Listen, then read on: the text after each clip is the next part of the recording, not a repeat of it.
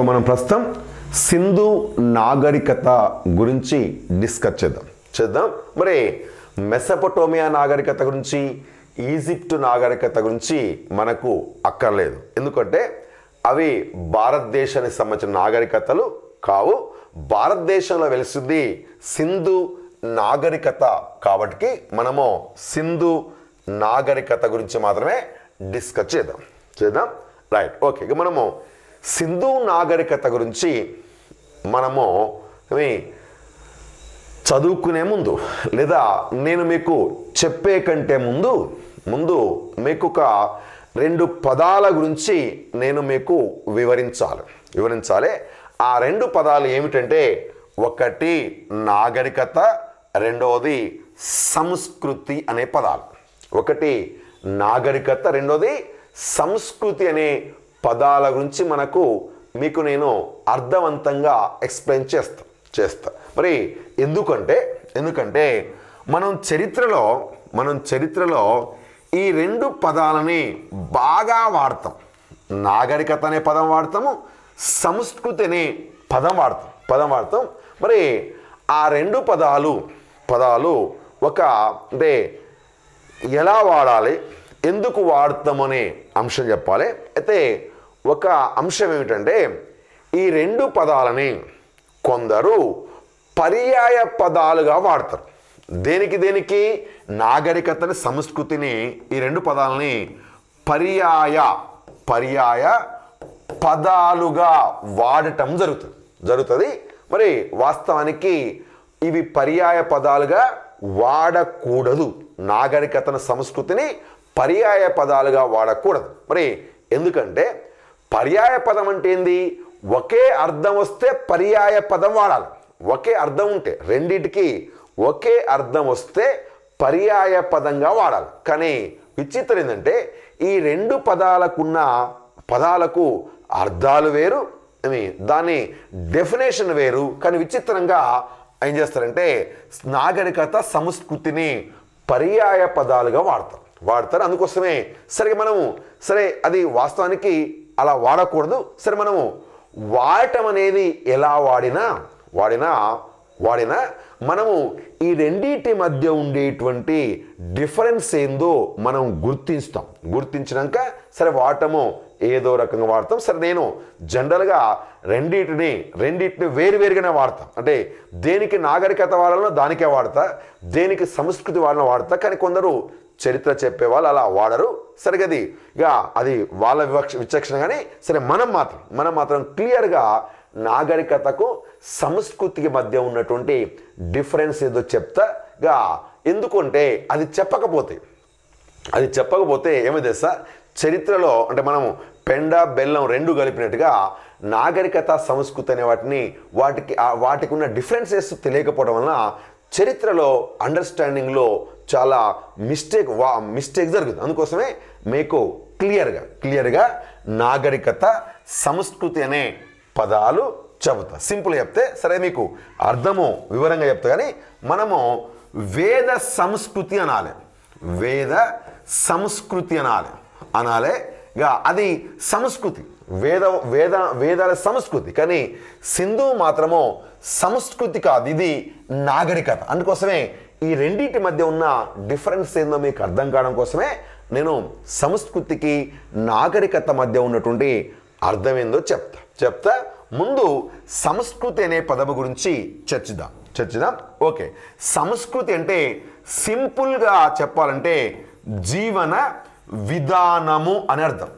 సంస్కృతి అంటే ఈజీగా సింపుల్గా అర్థం ఏంటంటే జీవన విధానము అని అర్థం. మరి ఆ జీవన విధానములో ఏమి వస్తాయంటే మనిషి యొక్క ఆచారాలు, సాంప్రదాయాలు, వేషభాషలు, ఆహార అలవాట్లు, మత విశ్వాసాలు, ఇదంతా కలిపితే సంస్కృతి.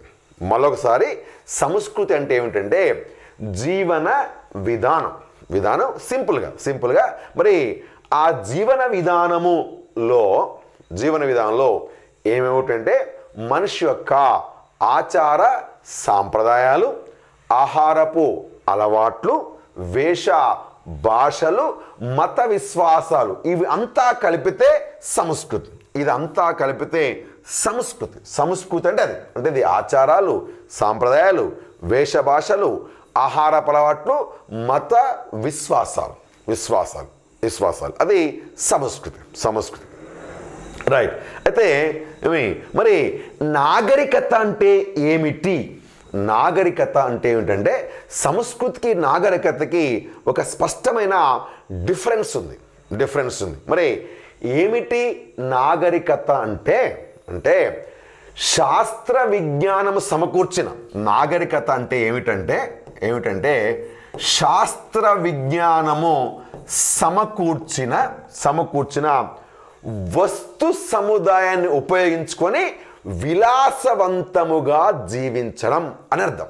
నాగరికత అంటే ఏంటంటే ఇక శాస్త్ర విజ్ఞానము సమకూర్చిన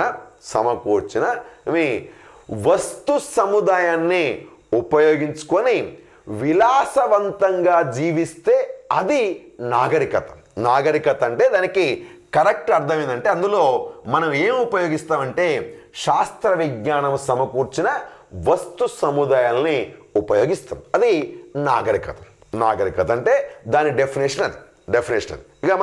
ఇక చూడండి, ప్రపంచంలో నాగరికత కొందరికి మాత్రమే ఉంటుంది, సంస్కృతి మాత్రము అందరికీ ఉంటుంది. ప్రపంచంలో సంస్కృతి లేని వ్యక్తులు ఎవరూ ఉండరు. ఇక ప్రపంచంలో ఉన్న ప్రజల్లో వారి సంస్కృతి ఉంటుంది, కానీ నాగరికత మాత్రము ప్రపంచంలో అందరికి ఉండదు. అంటే నేను సింపుల్ చెప్పంటే ఇదేమో కొందరిది, ఇది మాత్రము అందరిది. సంస్కృతి అందరికీ ఉంటుంది. మరి ఏమిటి ఈ రెండింటి మధ్య ఉన్న తేడా అంటే సపోజ్ సింపుల్ అండి, భారతదేశంలో పేదవాళ్ళు ఉంటారు, సరి అయిన ఇల్లు ఉండదు, గుడిసెల్లో నివసిస్తారు.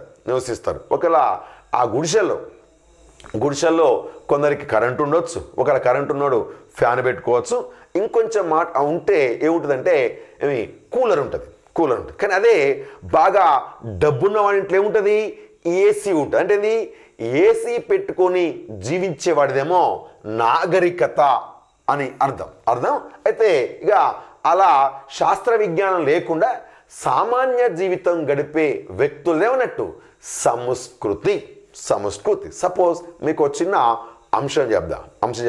ఇప్పుడు మనం భారతదేశం అంటే మనం దేశాన్ని అవమానించడం లేదా ప్రజల్ని అవమానించడం కాదు, కానీ మనం సింపుల్ కంపారిజన్ కూడా చెప్తున్నాం. ఇప్పుడు మనము భారతీయులు అమెరికాలో పోయిరనుకోండి, లేదా భారతీయుల్ని బాగా అభివృద్ధి చెందిన అమెరికన్ ప్రజలు కానీ ఐరోపా ప్రజలు కానీ ఎలా భావిస్తారు? మనకు నాగరికత లేదని భావిస్తారు. కానీ వాళ్ళు ఏమనుకుంటారు?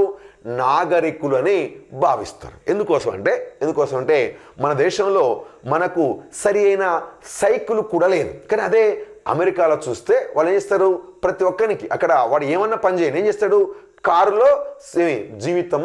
కారులో ప్రయాణిస్తాడు. అంటే అందుకోసం వాడేమో విలాసవంతమైన జీవితం గడుపుతుండు, మనమేమో విలాసవంతమైన జీవితం గడుపుతలేదు. కాబట్టి మనం చూస్తే వెస్టర్న్ కంట్రీలో వాళ్ళు ఏమంటుంటే మనకు నాగరికత లేదనుకుంటారు. ఎందుకోసం వాళ్ళేమో విలాసవంతమైన జీవితం గడుపుతారు కాబట్టి అందుకోసమే సింపుల్గా నాగరికత సంస్కృతి అంటే దానికి అర్థమేది.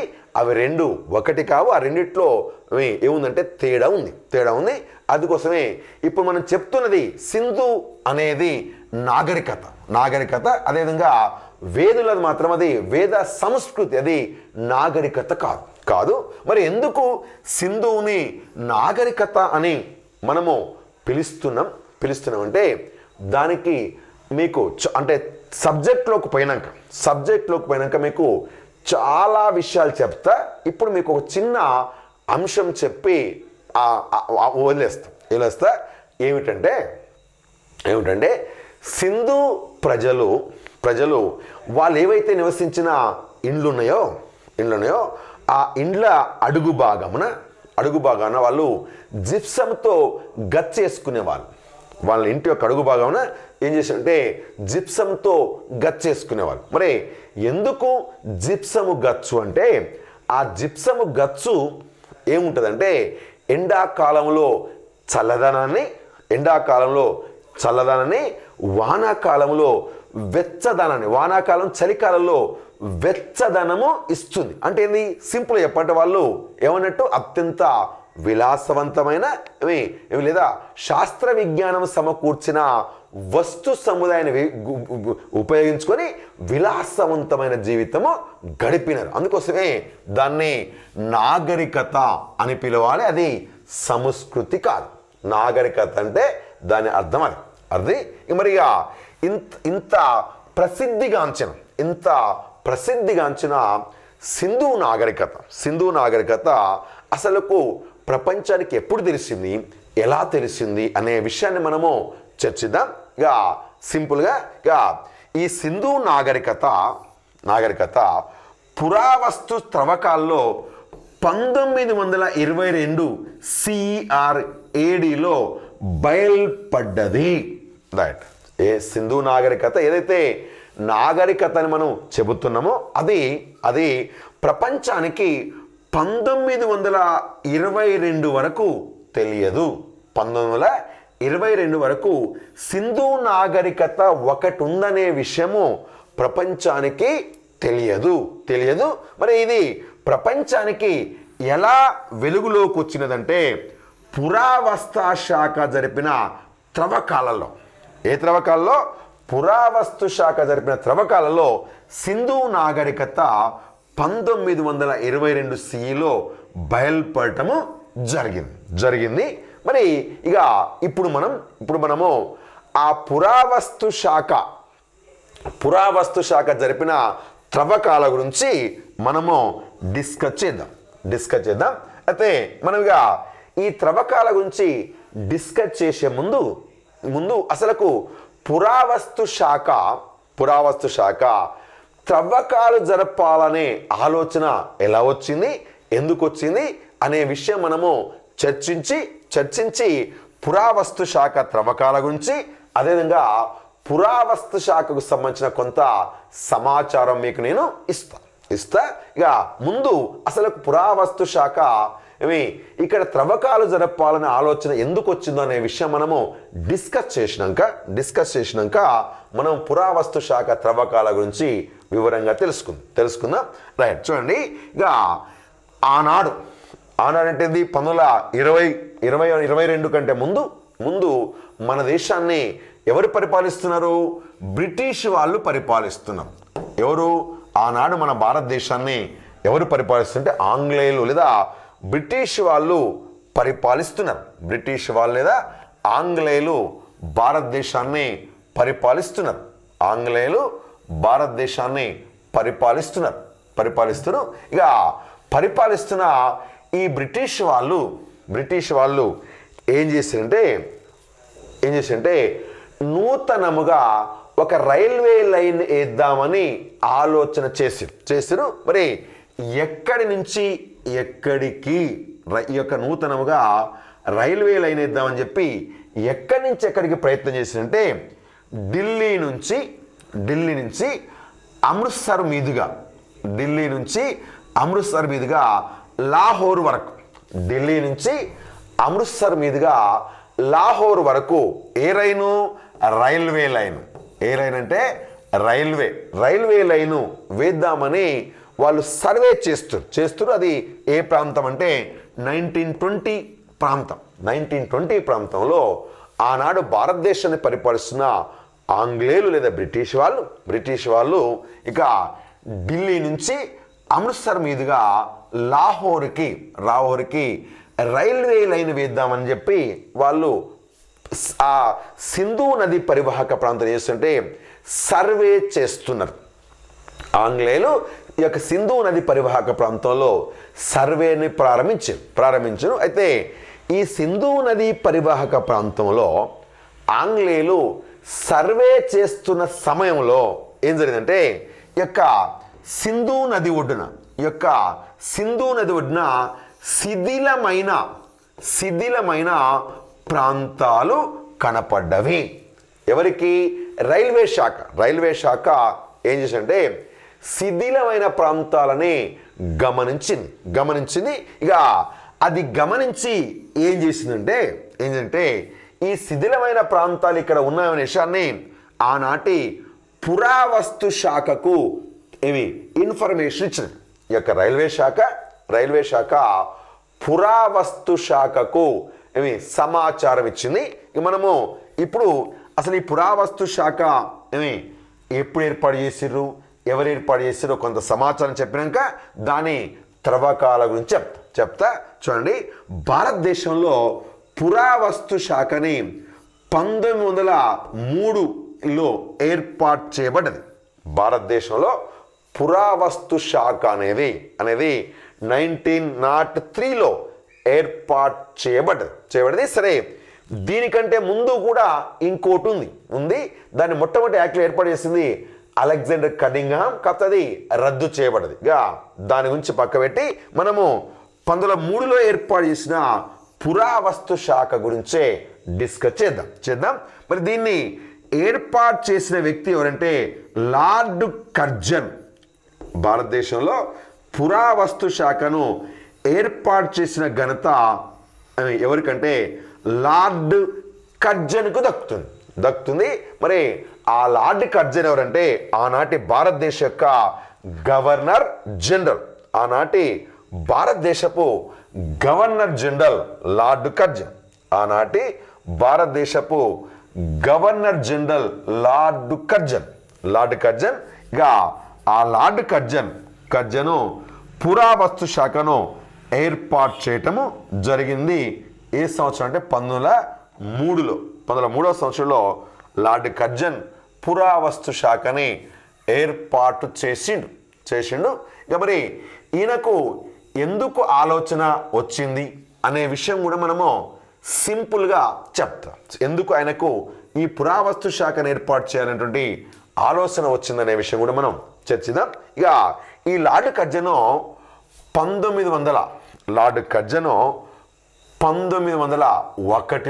అదేవిధంగా 1902లో ఏం చేసిందంటే నేటి కర్ణాటక రాష్ట్రంలోని తుంగభద్ర నది ఒడ్డున ఉన్న హంపీని సందర్శించింది. దానికే మరొక పూర్వ పేరు విజయనగరం. హంపీ లేదా విజయనగరాన్ని సందర్శించిండు. అప్పుడు అక్కడ శిథిలమైన ప్రాంతాలు ఉన్నాయి. మరి ఈ శిథిలమైన ప్రాంతాలని త్రవ్వకాలు జరిపి అక్కడ చరిత్రని వెలికి తీయాలంటే పురావస్తు శాఖ ఉండాలి. కాబట్టి అలా 13వ సంవత్సరంలో పురావస్తు శాఖని ఏర్పాటు చేసిండు లార్డ్ కర్జన్, ఆనాటి గవర్నర్ జనరల్. మరి అలా పురావస్తు శాఖను ఏర్పాటు చేసిన లార్డ్ కర్జన్కి ఏమనే బిరుదంటే ఫాదర్ ఆఫ్ ఆధునిక భారత్ పురావస్తు శాఖ. అంటే ఆయన ఏమంటే ఇవి ఫాదర్ ఆఫ్ మోడర్న్ ఆర్కియాలజీ అంటాం. లార్డ్ కర్జన్కి ఫాదర్ ఆఫ్ ఆర్కియాలజీ అని పిలుస్తాం. ఇక దాన్నే మనము ఏమంటే ఏఎస్ఐ అంటారు. దాన్ని ఏమంటే ఏఎస్ అంటే archaeological survey of India. ASI అంటే ఆర్కియోలాజికల్ సర్వే ఆఫ్ ఇండియా. దాన్నే తెలుగులో భారత పురావస్తు శాఖ అనిపిస్తాం.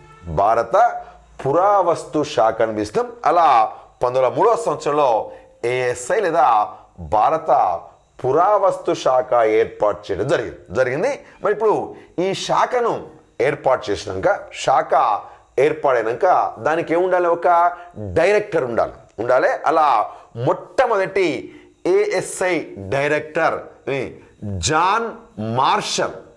మొట్టమొదటి పురావస్తు శాఖ డైరెక్టర్ మొట్టమొదటి పురావస్తు శాఖ డైరెక్టర్ ఎవరంటే సర్ జాన్ మార్షల్. ఆయన పేరు సర్ జాన్ మార్షల్ మొట్టమొదటి పురావస్తు శాఖ డైరెక్టర్. ఆయన పేరు జాన్ మార్షల్. సర్ అనేది అతని యొక్క బిరుదు, బ్రిటిష్ వాళ్ళు ఇచ్చిన బిరుదు సర్. ఇక సర్ జాన్ మార్షల్ మొట్టమొదటి పురావస్తు శాఖ డైరెక్టర్. ఇక ఆ పురావస్తు శాఖ డైరెక్టర్ అయిన సర్ జాన్ మార్షల్ దృష్టికి రైల్వే శాఖ తీసుకుపోవడం జరిగింది. రైల్వే శాఖ సర్ జాన్ మార్షల్ దృష్టికి తీసుకుపోయిండు. దాంతో పురావస్తు శాఖ సింధు నదీ పరివాహక ప్రాంతంలో త్రవ్వకాలని ప్రారంభించింది. సింధు నది పరివాహక ప్రాంతంలో సర్ జాన్ మార్షల్ నాయకత్వంలో యొక్క సింధు నది పరివాహక ప్రాంతంలో పురావస్తు శాఖ త్రవ్వకాలని ప్రారంభించింది. మనం వాటిని ఇంగ్లీష్లో అయితే ఎక్స్కవేషన్స్ అంటారు. ఏమంటే ఎక్స్కవేషన్స్ అని పిలుస్తాం. ఎక్స్కవేషన్స్ అని పిలుస్తాం. తెలుగులో అయితే త్రవ్వకాలు అంటాం. ఇంకొంచెం టెక్నికల్గా అయితే దాన్ని ఉత్కాతనములు అంటారు. అంటే పురావస్తు శాఖ జరిపే త్రవ్వకాలని కొంచెం టెక్నికల్ వర్డ్ ఏమంటే ఉత్కాతనములు. ఏమంటారంటే ఉత్కాతనములు అని కూడా పిలుస్తుంది. అంటే ఉత్కాతనములన్నా త్రవ్వకాలన్నా ఇంగ్లీష్లో ఎక్స్కవేషన్స్ అన్నా ఒకటే. సరే, కొంచెం జనరల్ ఇంగ్లీష్ పదం అయితే డిగ్గింగ్స్ అంటాం. కానీ ఇక్కడగా పురావస్తు శాఖలో మాత్రం ఇంగ్లీష్ వర్డ్ ఏమంటే ఎక్స్కవేషన్స్ అని పిలవడం జరుగుతుంది. అలా సర్ జాన్ మార్షల్ నాయకత్వంలో పురావస్తు శాఖ సింధు నది పరివాహక ప్రాంతంలో త్రవ్వకాలని ప్రారంభించి అయితే ఇతడు ప్రధానమైన వ్యక్తి. మరి ఇతడు ఒకరే కాకుండా ఆ పురావస్తు శాఖలో చేసేటువంటి మరొక ఇద్దరు యొక్క త్రవ్వకాలని చేపట్టారు. అంటే ఎవరి నాయకత్వంలో? సర్ జాన్ మార్షల్ నాయకత్వంలో పురావస్తు శాఖలో పనిచేసేటువంటి ఇతర ఆర్కియాలజిస్ట్ అంటే పురాతత్వ శాస్త్రవేత్తలు త్రవ్వకాలు జరిపారు. మరి మొత్తం వీళ్ళు ముగ్గురే కాదు చాలా మంది త్రవ్వకాలు జరిపారు. కాబట్టి మనము ముఖ్యమైనటువంటి ముగ్గురు పేర్లు మీకు చెప్తాను. ఇప్పటికి కూడా 20-30 మంది అక్కడ త్రవ్వకాలు జరిపాడు. స్టిల్ టుడే ఈ రోజు కూడా ఈ యొక్క సింధు నది పరివాహక ప్రాంతంలో గుజరాత్ ప్రాంతంలో ఇప్పుడు కూడా త్రవ్వకాలు నిర్వహించడం జరుగుతుంది. అదిగా కంటిన్యూషన్ ప్రాసెస్గా కొనసాగుతూనే ఉంది. కాకపోతే మనము వాటిలో ముఖ్యంగా జరిగినటువంటి త్రవ్వకాల గురించి మాత్రమే చెప్తాం. ఇలా ఈ సర్ జాన్ మార్షల్ నాయకత్వంలో మరొక ఇద్దరు పురాతత్వ శాస్త్రవేత్తలు త్రవ్వకాలు చేపట్టారు. వాళ్ళు ఎవరంటే దయారాం సాహనీ. ఒక ఆయన పేరంటే దయారాం సాహనీ అనే ఒక వ్యక్తి. రెండవ వ్యక్తి ఎవరంటే ఆర్డి బెనర్జీ అనేటువంటి మరొక వ్యక్తిగా ఇతనికి అసిస్టెంట్స్గా అంటే ఆయన యొక్క నాయకత్వంలో వీరిద్దరూ త్రవ్వకాలు చేపట్టినరు. ఏ నది పరివాహక ప్రాంతంలో? సింధు నది పరివాహక ప్రాంతంలో సర్ జాన్ మార్షల్ నాయకత్వంలో దయారాం సాహనీ ఆర్డి బెనర్జీ అనేటువంటి ఇద్దరు పురాతత్వ శాస్త్రవేత్తలు యొక్క ఎక్స్కవేషన్స్ ఉత్కాతనము లేదా త్రవ్వకాలు చేపట్టము జరిగింది యొక్క సింధు నది పరివాహక ప్రాంతంలో ఎక్స్కవేషన్స్ ప్రారంభించడము జరిగింది. ఇక వారిద్దరు ఎక్కడ త్రవ్వకాలు జరిపారో అంటే ముఖ్యమైన వాళ్ళు కాబట్టి వారిద్దరూ ఎక్కడ త్రవ్వకాలు జరిపారో అనే విషయం మనము చర్చిద్దాం. Right, okay. ఇక చూడండి యొక్క సహానీ అనే వ్యక్తి ఎక్కడ త్రవ్వకాలు జరిపిండంటే హరప్ప అనే చోట త్రవ్వకాలు జరిపిండు. దయారాం సాహనీ అనే వ్యక్తి హరప్ప అనే ప్రాంతంలో త్రవ్వకాలు జరిపిండు. ఆర్డి బెనర్జీ ఎక్కడంటే మెహంజదారో అనే చోట ఆర్డి బెనర్జీ త్రవ్వకాలు చేపట్టడం జరిగింది. అంటే ఇద్దరు చెరొక ప్రాంతంలో త్రవ్వకాలు జరిపిండు. అంటే దయారాం సాహనీ ఏమో హరప్పాలో జరిపిండు, ఆర్డి బెనర్జీ ఏమో మెహంజదారో అనే ప్రాంతంలో త్రవ్వకాలు జరపడం జరిగింది. ఇక ఈ మెహంజదారో అనే పట్టణము పూర్తిగా 1922లో వెలుగులోకి రావడం. అందుకోసమే సింధు నాగరికత ఏ సంవత్సరంలో బయలుపడ్డది అన్నమంటే 1922 CE అని చెప్పింది. కారణం అదే ఈ యొక్క మెహంజదారో అనే నగరము దాని మొత్తము పూర్తిగా త్రవ్వకాల్లో ఈ నగరం యొక్క ఆనవాళ్ళు మొత్తము బయలుపడటం జరిగింది. అందుకోసం లేదా ప్రపంచానికి తెలిసింది. అందుకోసమే సింధు నాగరికత ఎప్పుడు బయలుపడ్డది అంటే మీకు 1922 CE అని చెప్పిన కారణం అది. ఓకే, ఇక మనము యొక్క మెహంజదారో గురించి మనం ఒక నిమిషం కొంచెం తర్వాత చేద్దాం. ముందు హరప్పా గురించి చర్చిద్దాం. మరి హరప్పా అనేది ప్రస్తుతము ఇండియాలో లేదు. ఏ దేశంలో ఉంది? పాకిస్తాన్లో ఉంది. ఏ దేశం ఉంది? ప్రస్తుతం అది పాకిస్తాన్ దేశంలో ఉంది.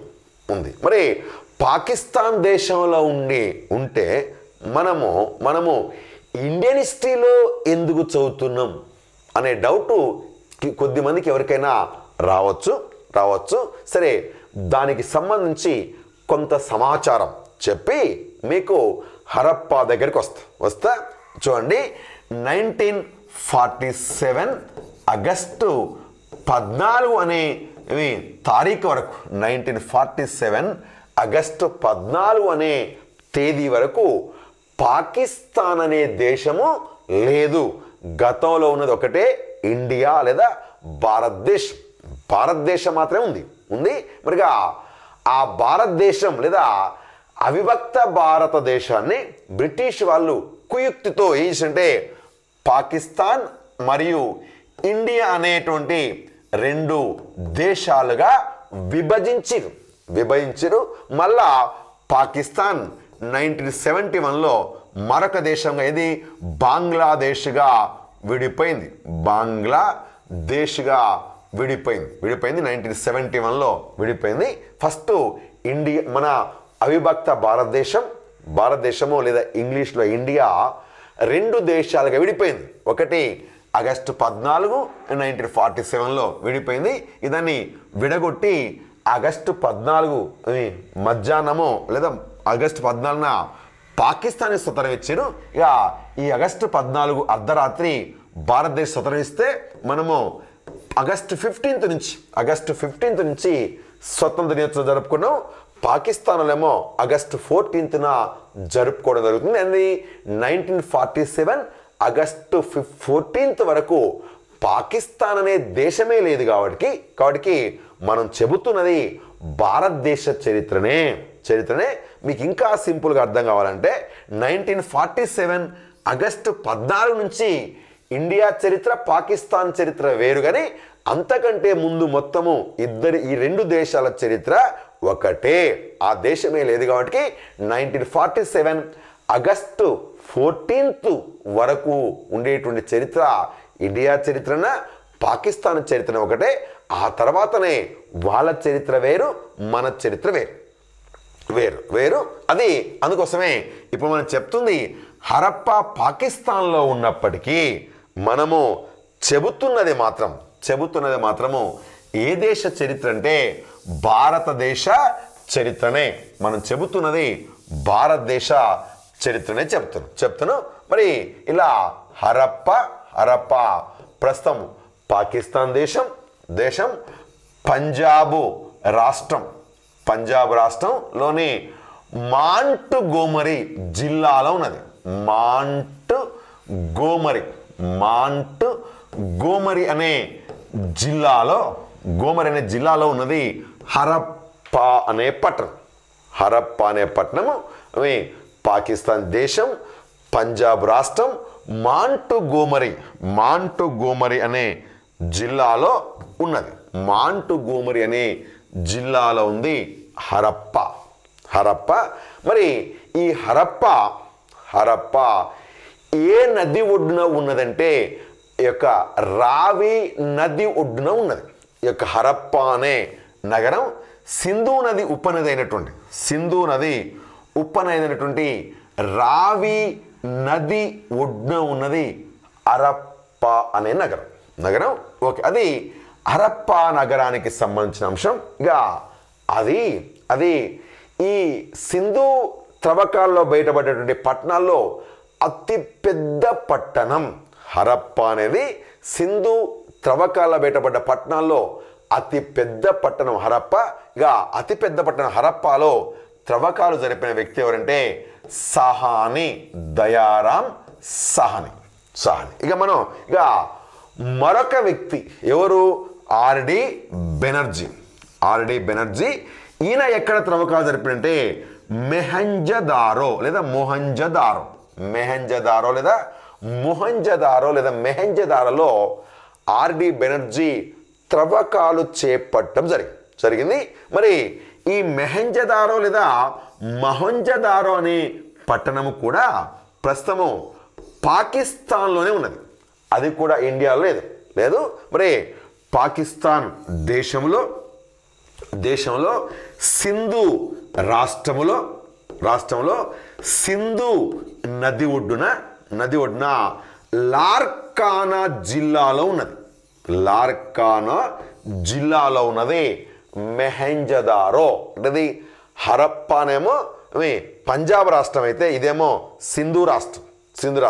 హరప్పానేమో సింధు నది ఉపనదైన రావి నది ఒడ్డునైతే ఇదేమో ప్రధానమైన సింధు నది ఒడ్డునే ఉన్నది. ఇక మరి అదేమో మాంటుగోమరి జిల్లాలో ఉంటే ఇదేమో లార్కానా జిల్లాలో ఉన్నది. అంటే అది దేశం పాకిస్తానే కానీ రాష్ట్రం వేరు జిల్లా వేరు. ఇక నదికి సంబంధించిన అంశం అంటే సింధు నది ప్రధాన నది, దానికి 5 ఉపనదులు ఉన్నాయి. అయితే 5 ఉపనదుల్లో ఒకటి రావి నది. అయితే హరప్ప రావి నది ఒడ్డున ఉంటే మొహంజదారో మాత్రము ప్రధానమైనటువంటి మెయిన్ నది అయినటువంటి సింధు నది ఒడ్డునే ఉన్నది. అది మొహంజదారోకు సంబంధించిన అంశం. ఇక మనము ఈ మొహంజదారోకు సంబంధించిన మరొక ముఖ్యమైన అంశము చెప్పుకోవాలి. అదేమిటంటే ఈ మొహంజదారో అంటే అర్థము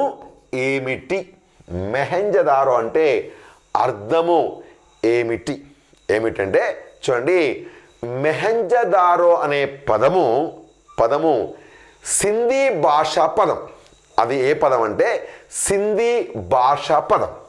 ఇక సింధీ భాషలో మొహంజదారో అంటే మన తెలుగు భాషలో అర్థం ఏమిటంటే మృతుల దిబ్బ లేదా దయ్యాల దిబ్బ. మృతుల రైట్. చూడండి, దాని అర్థం ఏంటంటే మృతుల రైట్. దాని అర్థం ఏంటంటే మృతుల దిబ్బ లేదా దయ్యాల దిబ్బ అని అర్థం. దయ్యాల దిబ్బ అని అర్థము. యొక్క మొహంజదారో అంటే అర్థం అది. అంటే అదేమో సింధీ భాషా పదం. సింధీ భాషలో మొహంజదారో అంటే మృతుల దిబ్బ లేదా దయ్యాల దిబ్బ అని అర్థం. మరి ఎందుకు దీనికి చరిత్రకారులు మొహంజదారో లేదా మృతుల దిబ్బ లేదా దయ్యాల దిబ్బ అనే పేరు పెట్టినారు అనేది మనము చర్చించాలి.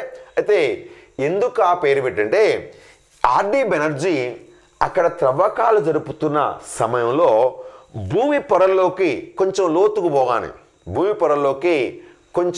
లోతులోకి పోగానే ఏం జరిగిందంటే సగము కాలిన మానవ శరీరాలు గుట్టలుగా బయటపడ్డవి. ఎక్కడ? మొహంజదారోలో చనిపోయిన మానవ యొక్క అస్థి పంజరాలు లేదా పార్థివ దేహాలు లేదా శరీరాలు గుట్టల కొద్దీ లేదా వందల సంఖ్యలో శవాలని అక్కడ కనుగొనటము జరిగింది. అంటే చనిపోయారు కాబట్టి దానికి ఏమని పేరు పెట్టారు? మృతుల దిబ్బ. అంటే చనిపోయిన శవాలు అక్కడ లభించిన కాబట్టి దానికి మృతుల దిబ్బ అనే పేరు పెట్టడము జరిగింది. పెట్టినారు. మరి దీనికి దయ్యాల దిబ్బ అనే పేరు ఎందుకు పెట్టినారు అంటే, సరేది నిజమా అబద్ధమా అనే విషయం మనము పక్క పెడితే సమాజంలో ఒక నమ్మకం ఏమిటంటే సింపుల్గా మరి ఇక్కడ ఒకే చోట శవాలు గుట్టలుగా బయటపడ్డవంటే మళ్ళీ అవి సగము కాలినవంటే దాని అర్థం ఏంటంటే వీళ్ళని ఎవరో చంపి ఏమి అక్కడ వేసినట్టు అర్థం. అంటే ఇది బలవంతంగా. మరి ఇప్పుడు మానవ సమాజంలో ఏం నమ్మకం ఉందంటే బలవంతంగా చనిపోతే మనుషులు ఏమవుతారని దయ్యాలవుతారనే నమ్మకం ఉంది. అందుకోసమే ఇక బలవంతంగా చంపివేయటం వలన వాళ్ళని అంటే వాళ్ళు దయ్యాలుగా మారుతారనే నమ్మకంతో దీనికి మృతుల దిబ్బ లేదా దయ్యాల దిబ్బ అనే పేరు పెట్టము జరిగింది. సరే, మనము ఇక ఇది శాస్త్రీయంగా చూసినప్పుడు ఆత్మ అనేది లేదు, దయ్యాలు అనేవి లేవు, కానీ సమాజంలో నమ్మకం మాత్రమే ఉన్నది. విచిత్రంగా ఆ దయ్యాల్లో కూడా రకరకాల దయ్యాల పేరు చెప్తారు. ఏంటిది? షాకిని, లంకిని, మోహిని అని లేదా లంబాడి అని రకరకాల దయాల పేర్లు చెప్తారు. అది నమ్మకమే తప్ప సైంటిఫికల్గా ప్రూఫ్ చేయడానికి ఎటువంటి ఆధారం లేదు. కాకపోతే సమాజంలో ప్రజలకు ఆ నమ్మకం ఉంది. ఇక అందుకోసమే దీనికి మెహంజదారో అనే పేరు పెట్టిను. దాని అర్థము మృతుల దిబ్బ లేదా దయ్యాల దిబ్బ అని అర్థం. దయ్యాల దిబ్బ అర్థం. దీన్ని ఇంగ్లీష్లో మౌండ్ ఆఫ్ డెడ్స్, దాన్ని ఇంగ్లీష్లో ఏమనిపిస్తారంటే మౌండ్ ఆఫ్ డెడ్స్ అని పిలవటం జరుగుతుంది. ఇంగ్లీష్లో అయితే మౌండ్ ఆఫ్ డెడ్స్, తెలుగులో అయితే మృతుల దిబ్బ లేదా దయ్యాల దిబ్బ అనే అర్థం.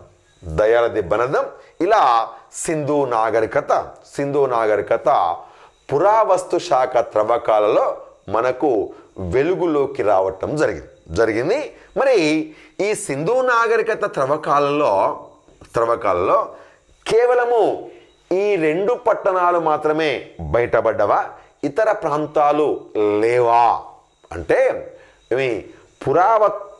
పురావస్తు శాఖ వాళ్ళు లేదా పురాతత్వ శాస్త్రవేత్తలు మీకు ఆల్రెడీ చెప్పినట్టుగా ఈరోజు కూడా త్రవ్వకాలు జరుపుతున్నారు. అనేక కొత్త అంశాలని కనుగొంటారు. ఈ పురావస్తు శాఖ సుమారుగా 125 ప్రాంతాలని కనుగొన్నది. అంటే ఇవి ఈ 2 ప్రాంతాలే కాకుండా పురావస్తు శాఖ తన త్రవ్వకాలలో సింధు నది పరివాహక ప్రాంతంలో 165 ప్రాంతాలని కనుగొన్నది. అయితే ఇక ఆ 125 ప్రాంతాల గురించి మీకక్కర్లేదు, నాకు కూడా తెలియదు. కానీ నేను కేవలం ఇక ఇవే కాకుండా ఈ 2 కాకుండా ఇంకొన్ని ప్రాంతాల పేర్లు మీకు నేను చెబుతా. ఇంకొక ముఖ్యమైన ఒక 8, 9 లేదా 10 ప్రాంతాల పేర్లు మీకు చెబుతా. మీకు ప్రాంతాల పేర్లు చెబుతా. అదేవిధంగా అవి ఏ రాష్ట్రంలో బయలుపడ్డావో కూడా చెప్తా. అంటే రాష్ట్రం పేరు చెప్తా, అదేవిధంగా అది బయలుపడ్డ ప్రాంతము పేరు కూడా చెప్తా. మీకు మనము ఒక టేబుల్ వేసుకొని ఈ 2 అంశాల గురించి చర్చిద్దాం. ఒకటి ఏ రాష్ట్రంలో బయలుపడ్డది, ఆ బయలుపడ్డ ప్రాంతము పేరు ఏమిటి అనే విషయం మీకు ముఖ్యమైన అంశాలు చెప్దాం. సరే, మనము కొంచెము డెప్త్గా పోదాం. ఇక ఉత్తరం నుంచి దక్షిణ ప్రాంతానికి వద్దాం. ఇక ఉత్తరం నుంచి మొదలు పెడితే కాశ్మీర్. ఏ రాష్ట్రము? కాశ్మీర్. అయితే కాశ్మీర్ రాష్ట్రంలో మాండా అనే ప్రాంతము బయటపడదు. కాశ్మీర్లో ఏ ప్రాంతము బయటపడదంటే మాండా అనే ప్రాంతము కాశ్మీర్లో బయటపడదు. మాండా లేదా మాండు అనే ప్రాంతం బయటపడదు. ఇక మనము కాశ్మీర్ నుంచి క్రమంగా సౌత్ వరకు వద్దాం. ఇక రెండవది ఏంటంటే పంజాబ్. పంజాబ్. అయితే ఇక్కడ మీరు గమనించాల్సిన అంశం ఏంటంటే ఈ పంజాబ్ అనే ప్రాంతం లేదా ఒకప్పటి రాష్ట్రం ఇప్పుడు 2 దేశాల్లో ఉంది. ఒకటి కొంత భాగము పాకిస్తాన్లో ఉంది, కొంత భాగము ఇండియాలో ఉంది. అయితే మీకు ఇందాక చెప్పిన హరప్ప పాకిస్తాన్ పంజాబ్లో ఉంది. కానీ ఇప్పుడు చెప్తున్న పంజాబ్ అనేది ఇండియా. ఇప్పుడు మనం చెప్తున్న ప్రాంతం అంటే ఇండియా పంజాబ్. మరి ఇండియా పంజాబ్లో బయటపడ్డ ప్రాంతము ఏమిటి అంటే రూపార్ లేదా రోపార్. ఇండియా పంజాబ్లో బయటపడ్డ ప్రాంతం ఏంటంటే రూపార్ లేదా రోపార్. ఇంగ్లీష్లో ROPER రోపార్. దానికి కొందరు రూ అని చదువుతారు, కొందరు రో అని చదువుతారు. రోపార్ లేదా రూపార్. ఇది ఇండియా పంజాబ్లో. కాశ్మీర్లోనేమో మాండా, పంజాబ్లో ఏంది రూపార్. ఇక మూడవది మనము హర్యానా రాష్ట్రం. అయితే హర్యానా రాష్ట్రానికి సంబంధించి మనము ఇండియా పాకిస్తాన్ అనే రాసుకోవాల్సిన అవసరం లేదు. కానీ పంజాబ్ రాష్ట్రం కానీ హర్యానాకు ఇండియా పంజాబ్ అని పాకిస్తాన్ అని రాయాల్సిన. ఎందుకోసం అంటే హర్యానా అనేటువంటిది పాకిస్తాన్లో లేదు, కేవలము ఎక్కడుంది ఇండియాలో ఉంది. అందుకోసమే మనగా హర్యానాకు దేశము మెన్షన్ చేయాల్సిన అవసరం చేయలేదు. మరి ఈ హర్యానాలో బయటపడ్డ ప్రాంతం ఏమిటంటే బన్వాలి. హర్యానాలో బయటపడ్డ ప్రాంతం ఏంటంటే బన్వాలి. అంటే ఇది కాశ్మీర్లో మాండా, పంజాబ్లో రూపార్, మళ్ళీ ఇండియన్ పంజాబ్లో రూపార్, హర్యానాలో బన్వాలి. ఇక మనము హర్యానా తర్వాత మనం కొంచెము యూపీ ఉత్తరప్రదేశ్ పోదాం. ఉత్తరప్రదేశ్ పోసి మళ్ళా ఇటు వద్దాం. యూపీ ఉత్తరప్రదేశ్లో ఏ ప్రాంతం అంటే అలంగీర్పూర్. ఉత్తరప్రదేశ్లో బయటపడ్డ ప్రాంతం ఏంటంటే అలంగీర్పూర్.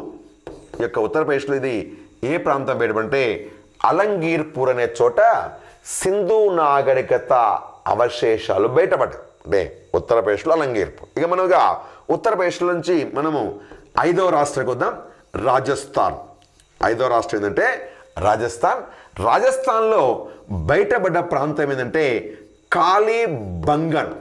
రాజస్థాన్లో బయటపడ్డ ప్రాంతం అంటే కాళీబంగన్. మరి ఇక కాళీబంగన్ అంటే తెలుగులో గాజులు. కాళీ అంటే నల్ల లేదా కాల అంటే నల్ల, అంటే నల్లని గాజులు అని ఆ నగరానికి అర్థం, ఆ నగరానికి పేరు అలంగీర్పూర్. కాళీబంగన్ అంటే నల్లని గాజులు అని అర్థం.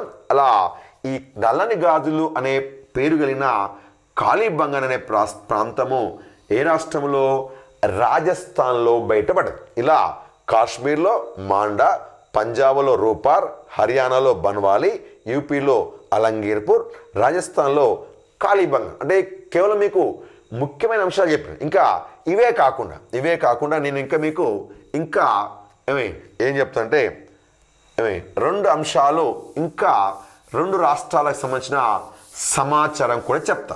ఇవి 5 కాకుండా ఇంకొక 2 రాష్ట్రాల సమాచారం చెప్తా. 6వది ఏంటంటే గుజరాత్. 6వ రాష్ట్రం ఏంటంటే గుజరాత్ అనే రాష్ట్రం కదిగా గుజరాత్. మరిగా ఈ గుజరాత్ రాష్ట్రంలో అతి ఎక్కువ ప్రాంతాలు బయటపడ్డాయి. గుజరాత్ రాష్ట్రంలో అతి ఎక్కువ ప్రాంతాలు బయటపడ్డాయి. ఈ మధ్యలో కూడా పడుతున్నాయి. సరే, మనం గతంలో బయటపడ్డ 4 ప్రాంతాల గురించి చెప్తా. గుజరాత్లో సింధు నాగరికత యొక్క ప్రాంతాలు అతి ఎక్కువ బయల్పడటము జరిగింది. మరి అవి ఏమిటంటే, ఒకటి లోతాల్. గుజరాత్లో బయటటువంటి శిథిలాల్లో బయటపడ్డ నగరం అంటే లోతాల్. రెండోది రంగపూర్. రంగపూర్ అనే నగరం బయటపడింది. మూడోది సుర్కోట లేదా సర్కోట.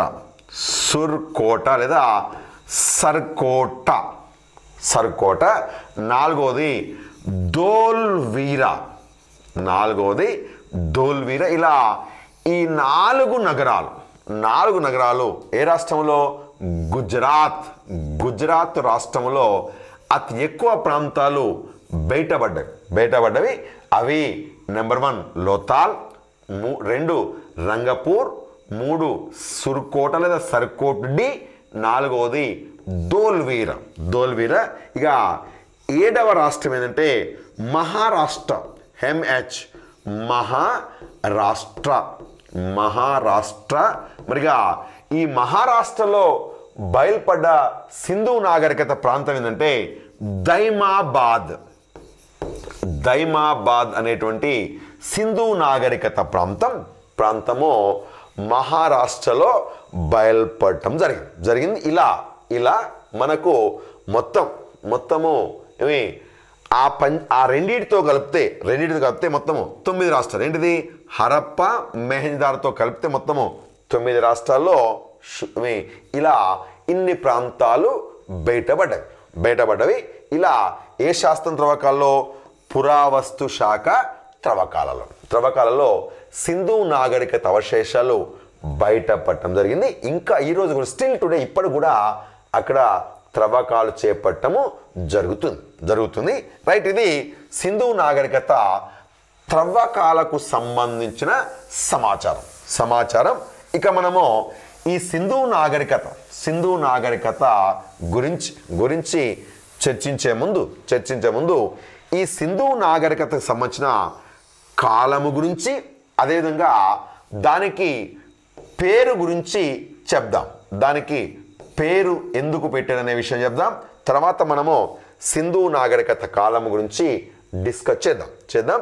మరి ఈ సింధు నాగరికతకి మొత్తము 3 పేర్లున్నాయి. ఒకటి సింధు నాగరికత, రెండోది హరప్ప తరహా నాగరికత, మూడోది మూల భారతీయ నాగరికత అని చెప్పి దీనికి 3 పేర్లున్నవి.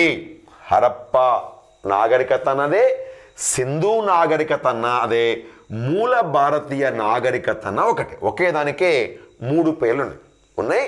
మరి చరిత్రకారులు దీన్ని మొదట సింధు నాగరికత అనే పిలిచారు. మరి ఎందుకంటే మొట్టమొదట త్రవ్వకాలు జరిపినప్పుడు ఈ శిథిలాలు సింధు నది లోయలో కనుగొనబడ్డవి, బయలుపడ్డావు కాబట్టి దానికి సింధు నాగరికత అనే పేరు పెట్టారు. మరి దీనికి హరప్ప తరహా నాగరికత అనే పేరు ఎవరు పెట్టారంటే సజ్జాన్ మార్షల్. దానికి హరప్ప తరహా నాగరికత అనే పేరు పెట్టిన వ్యక్తి ఎవరంటే సజ్జాన్ మార్షల్.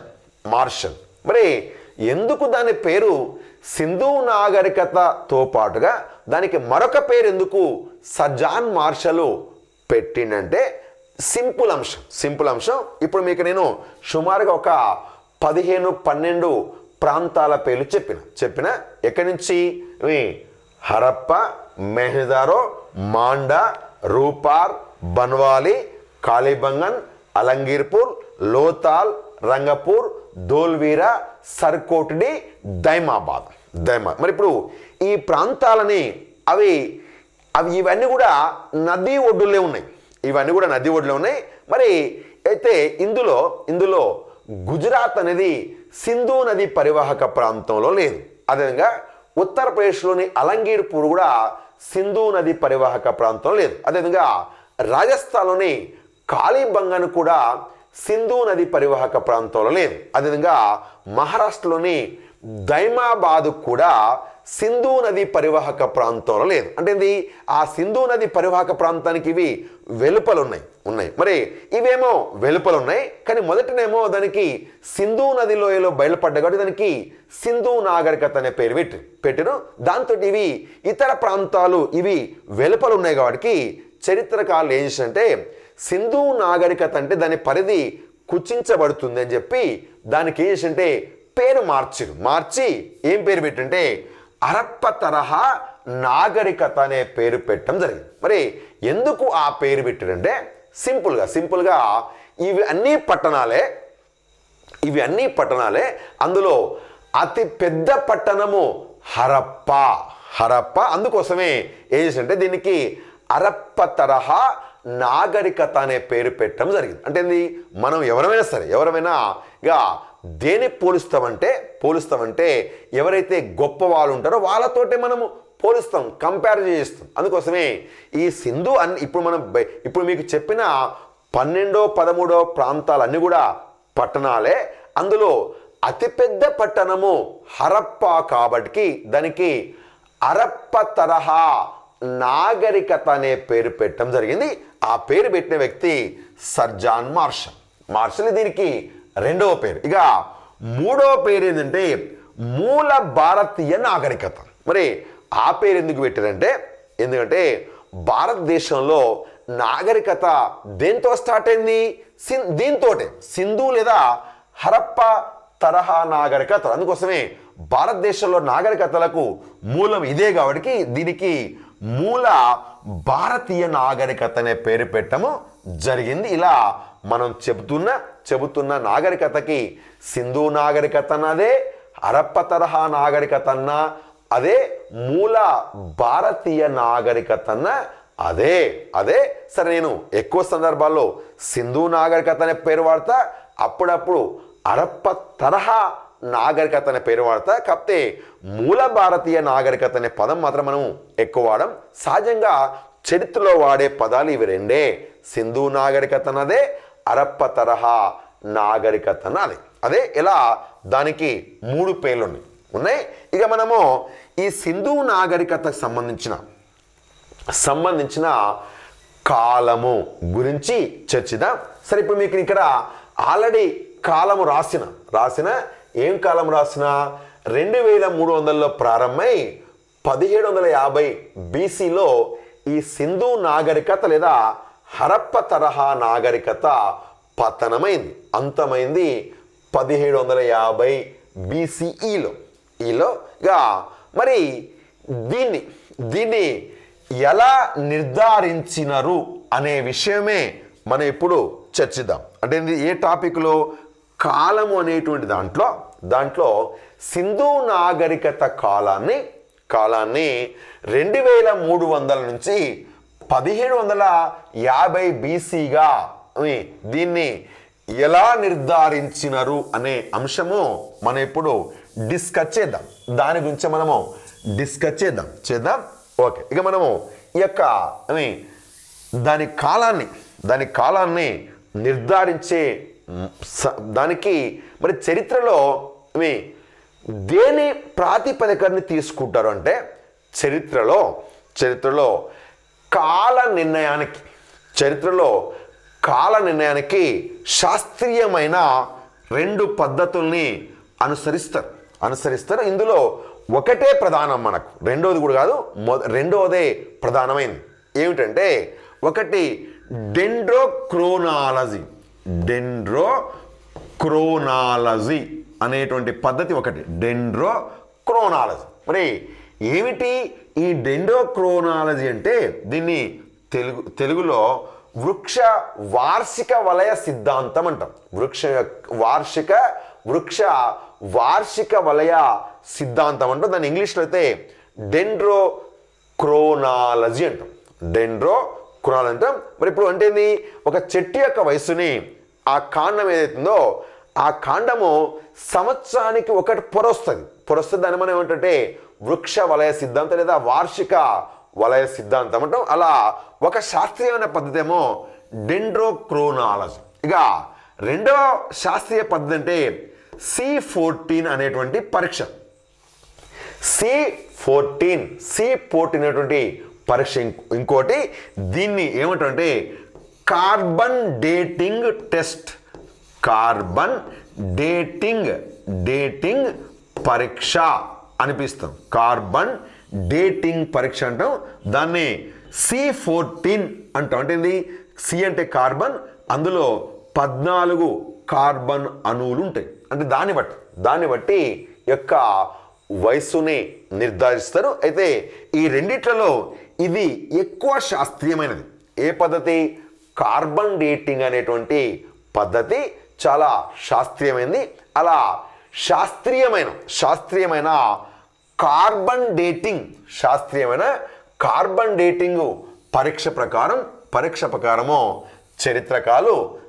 చరిత్రకారులు సింధు నాగరికత కాలాన్ని 2300 నుంచి 1750 బీసీ వరకు కొనసాగిందని చెప్పి నిర్ధారించడం జరిగింది.